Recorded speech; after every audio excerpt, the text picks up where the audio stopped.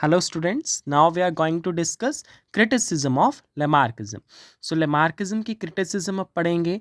आपको पता है कि due to the changes in environmental factors, new needs की development हुई और new characters जो है वो develop हुए extra use and disuse of organs के कारण.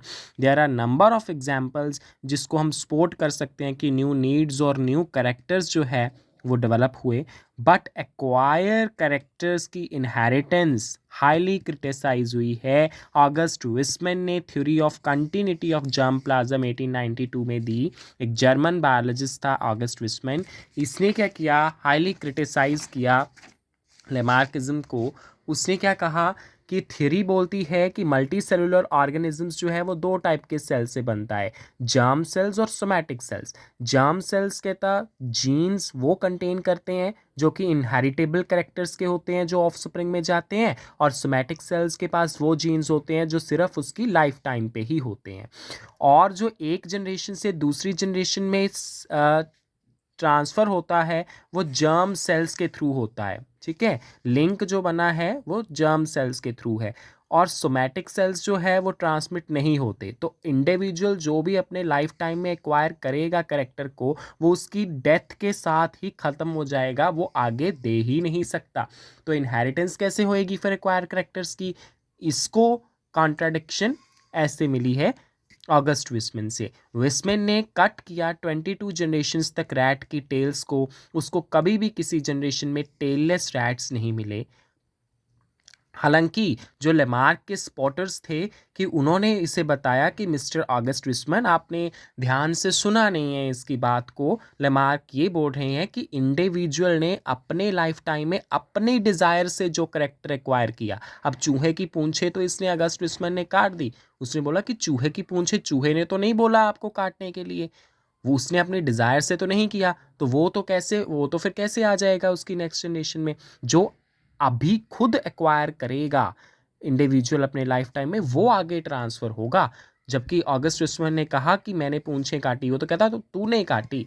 जो स्पोर्टर्स थे ना लेमार्किज्म के, उसने कहा कि तूने काटी उसके पूंछे, चूहे ने तो नहीं बोला. अगर चूहा खुद काटता तो आके एक्वायर होना था. तो इसका भी पॉइंट था.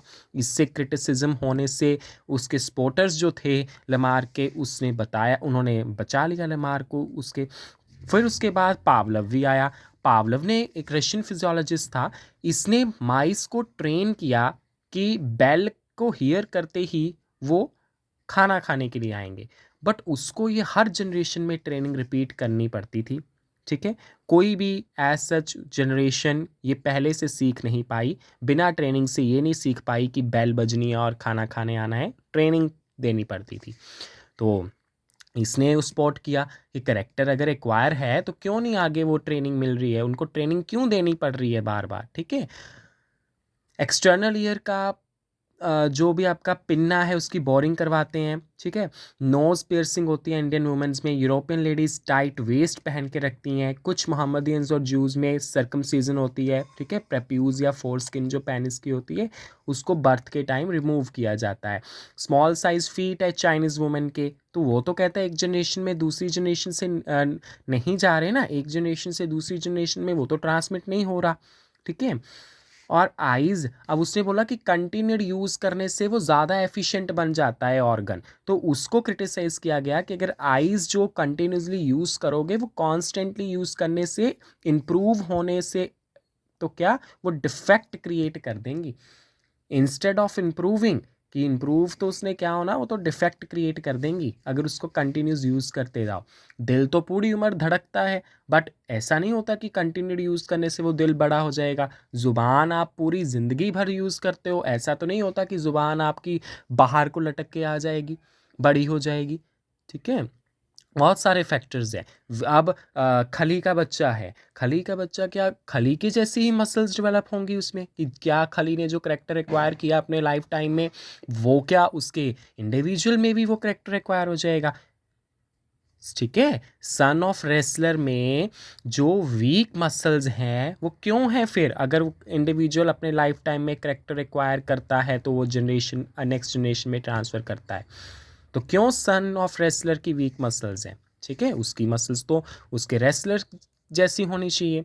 ठीक है, सो लेमार्किज्म को हाईली क्रिटिसाइज किया गया, रिडिक्यूल्ड किया गया, मजाक उड़ाया गया उसका जॉर्ज क्यूवियर के द्वारा, ये बोल के that you can get or lose an organ by merely wishing for it, कि प्रार्थना करो बस और तुम्हें वो ऑर्गन मिल जाएगा, ऐसा नहीं होता है। ठीक है, सिग्निफिकेंस हाँ ये रहे लेमार्किज्म के कि एक तो पहली थ्योरी थी एवोल्यूशन की, और उसने एक बायोलॉजिकल एवोल्यूशन